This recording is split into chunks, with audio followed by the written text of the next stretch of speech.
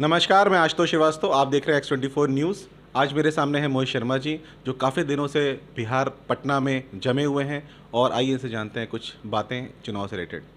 पहले मोहित जी नमस्कार। जी सर, नमस्कार। जय हिंद, जय भारत। आपसे पहले एक पर्सनल क्वेश्चन है कि आपके साथ एक चेहरा हमेशा दिखाई देता है, पंकज श्रीवास्तव जी का।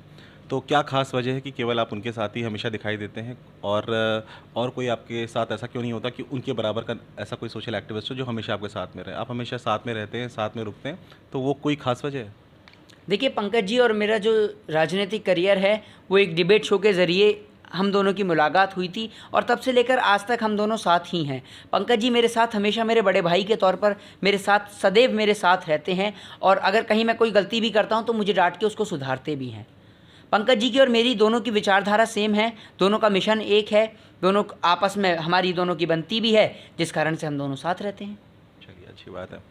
ये बताइए कि हमारे देश में तो कोरोना चल रहा है इस समय, और बिहार से कोरोना जो है कब ख़त्म हो रहा है, और अगर आपको लगता है कि ख़त्म नहीं हुआ है तो कब वापस आ रहा है? अगर आप सवाल समझ गए हों तो आंसर दीजिए। देखिए इस सवाल का बखूबी जवाब इस देश के नेता दे सकते हैं, जिन्होंने इस देश के अंदर कोरोना को लेके आए हैं वही बता सकते हैं कि कब जाएगा और कब आएगा। मैंने प्रॉपर बिहार के लिए पूछा है। जी मैं बिहार के लिए ही बता रहा हूँ। बिहार के अंदर कोई, बिहार भी भारत का देश का हिस्सा नहीं, है। बिहार में कोरोना नहीं है इस समय।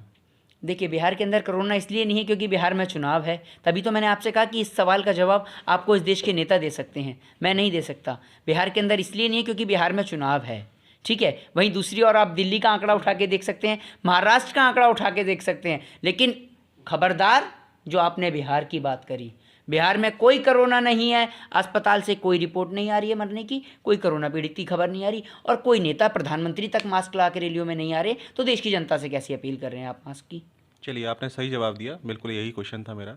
दूसरा एक क्वेश्चन और है कि एक एग्जांपल लेते हैं आपको। मान लीजिए कि आपको कोई बीमारी जैसे जॉन्डिस जैसी बीमारी हो गई हो, और आपके पिताजी आपके पास आके कहते हैं, और आपका लॉ का एग्ज़ाम का फाइनल ईयर चल रहा है।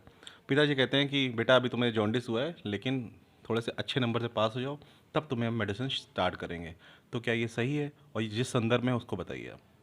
देखिए ये बात और इस सवाल के आपके प्रश्न से पूरे देश की जनता समझ चुकी है कि आपने बात करी है बिहार की, और बिहार के अंदर जो नेताओं ने कहा है वैक्सीन बांटने का, कि मतलब अभी चीज़ का आविष्कार हुआ है नहीं और बांटने पहले लग जाओ। और ये बात से तो प्रधानमंत्री जी की छवि पूर्ण रूप से क्लियर हो जाती है कि हमने इस देश के अंदर एक लीडर नहीं एक डीलर चुना है, जो देश के अंदर चीज़ को बनने से पहले ही उसकी डील, उसकी बेचने की शुरुआत कर देता है। तो जिस तरीके से आपने मुझसे प्रश्न करा, तो निश्चित तौर पे पहले मेरा इलाज ज़रूरी है, क्योंकि अगर मैं रहूँगा तभी मेरी वकालत रहेगी, तभी मेरी लॉ रहेगी। अगर मैं ही नहीं रहूँगा तो मेरी लॉ भी नहीं रहेगी और मेरी वकालत भी नहीं बिल्कुल, रहेगी। क्योंकि कहा गया कि बिहार वालों को सबसे पहले वैक्सीन मिलेगी, जो कि एज अ रिपोर्टर मुझे नहीं बोलना चाहिए, लेकिन हाँ, वो बहुत ही गलत है कि केवल बिहार को क्यों?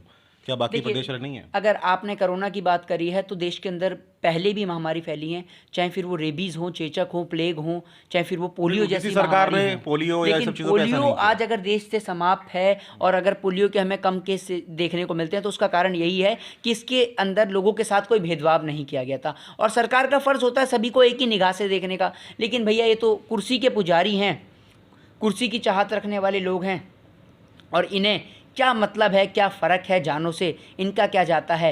जो अपने पिता के अंतिम संस्कार में नहीं जाते, वो बिहार के चुनाव प्रचार में आ जाते हैं और वहाँ आकर कह देते हैं कि भैया अगर हमारी सरकार आती है तो हम बिहार में सबसे पहले वैक्सीन बांटेंगे। तो ये गलत बात है। इस तरीके की सरकार है और इस देश के नेता इस देश के नाम पर धब्बा हैं, कलंक हैं, और इस देश के नेताओं को बदलाव की ज़रूरत है। तो देश के युवाओं से इतना ही कहना चाहेंगे कि बदलाव करिए और ऐसे नेताओं को भगाइए जो वोट, आपके वोट से सौदा कर रहे हैं दवाइयों का।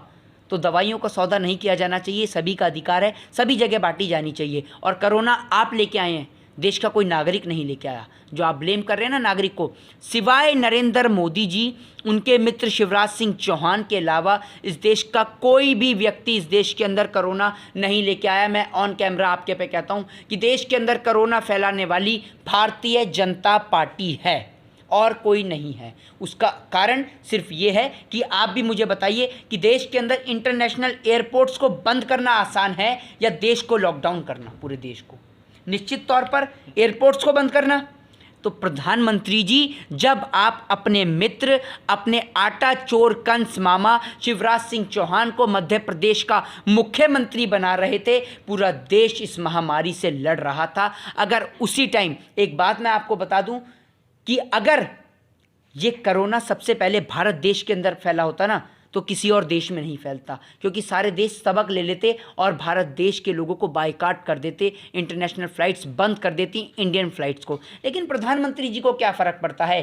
प्रधानमंत्री जी तो लाखों का सूट बूट और लाखों की अय्याशी प्रधानमंत्री जी करते हैं, उनको कोई फ़र्क नहीं पड़ता। ना इस देश के प्रधानमंत्री को गरीबों की जान का कोई फ़र्क है, ना इस देश के मुख्यमंत्रियों को। आम जाने जाती हैं तो जाने दीजिए, मौत ही तो है, मरी तो रहे हैं, क्या फ़र्क पड़ता है प्रधानमंत्री जी को? इनको चलिए कोई फ़र्क अब नहीं। थोड़ा सवाल आपसे पूछते हैं एक छोटा सा कि आप बिहार में काफ़ी दिनों से हैं, तो आपके हिसाब से एग्जिट पोल तो 7 तारीख को टीवी में दिखाया जाएगा, आपके हिसाब से क्या लगता है कि किसकी सरकार बनने जा रही है? एक छोटे से लाइन। देखिए, एग्जिट पोल पे आपने कहा, एग्जिट पोल पे तो एक बात कह देता हूँ कि देश के अंदर टीआरपी भी खरीदी जा सकती है, तो एग्जिट पोल पे आप किसके एग्जिट पोल नहीं, पे वो तो यकीन मानते हैं आपकी, करेंगे? बस सीधी सी बात, आपके हिसाब से क्या लगता है सरकार किसकी बन रही है बिहार में? निश्चित तौर पे भाजपा की सरकार तो बनी रही नहीं रही है, महागठबंधन पूर्ण रूप से आ रहा है, देश के युवाओं का साथ है। अब मेरा एक लास्ट क्वेश्चन है, वो जो कि रैपिड राउंड होगा, बस आपसे 2-3 चीज़ें पूछेंगे हम, आपको एक वर्ड में आंसर देना है, बिना सोचे वो भी, ठीक है? आपके हिसाब से देश का सबसे अच्छा नेता कौन है, जिसको आप देखना चाहते हैं आने वाले समय में प्रधानमंत्री के रूप में, मौजूदा हालात में है, उसका नाम लोग जानते होंगे, एक नेता जो भी आपके दिमाग में आता है, तुरंत रैंडम। राहुल गांधी। ठीक है। दूसरा क्वेश्चन इसी से रिलेटेड है कि बिहार में आप कौन सी पार्टी को देखते हैं कि मैं महागठबंधन की बात नहीं कर रहा हूँ, मैं कौन सी पार्टी को देखते हैं जो सबसे अच्छा काम करेगी आरजेडी। सीएम के रूप में? तेजस्वी यादव। और आखिरी क्वेश्चन, देश में कौन सा सामाजिक कार्यकर्ता आपके नज़र में आपका आइडियल है या जिसको आप सबसे अच्छा मानते हैं, जो देश के लिए सबसे अच्छा काम कर रहा है? देखिए, देश के अंदर मेरे बस जो एक सिंगल जी, एक आंसर। मैं सिर्फ भगत सिंह, राजगुरु और नहीं, सुखदेव प्रेजेंट टाइम फॉलो करता हूँ। प्रेजेंट टाइम देश के अंदर सोशल एक्टिविस्ट। हाँ, सोशल एक्टिविस्ट जैसे आप हैं, आप जिसको आइडियल समझते हो, जिसको आप समझते हो कि ये बंदा बिल्कुल गलत नहीं है, एक आपके दिमाग में जो नाम पहला आता हो, कोई भी हो सकता है, रवीश पंकज जी कुमार। भी हो सकते थे। रवीश कुमार। ठीक है, धन्यवाद। ये थे मोहित शर्मा जी, जिन्होंने आज बहुत ही अच्छा जवाब दिया, कुछ अलग अंदाज में दिया और सीधा जवाब दिया। ज़्यादातर जाने जाते हैं कि कुछ भी पूछो आंसर घुमा घुमा के देते हैं, लेकिन आज इन्होंने दे दिया सीधा सीधा आंसर। कैमरामैन आकाश राय के साथ मैं आशुतोष श्रीवास्तव, आप देख रहे हैं X24 न्यूज़, सत्यमेव जयते।